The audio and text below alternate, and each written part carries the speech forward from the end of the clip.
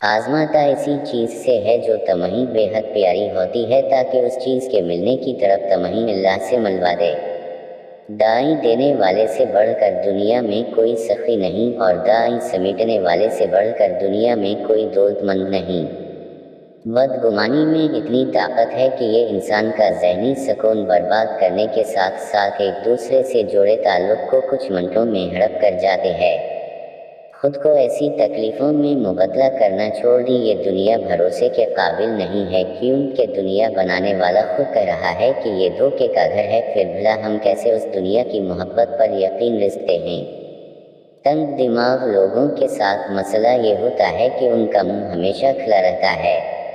عقل تب تک چلتی ہے جب تک فکر نہیں ہوتی۔ اللہ جب ناراض ہوتا ہے تو یہ سزا زر در دیتا ہے کہ انسان کے دل سے راہ حق کا لطف اٹھا لیتا ہے اور اس انسان کا دل مردہ ہو جاتا ہے اور وہ دین سے نکل کر دنیاداری میں مشغول ہو جاتا ہے۔ کچھ لوگ ہوائی چپل کی طرح ہوتے میں اسات تو دیتے ہیں مگر دیکھنے سے کیچڑ چھالتے رہتے ہیں۔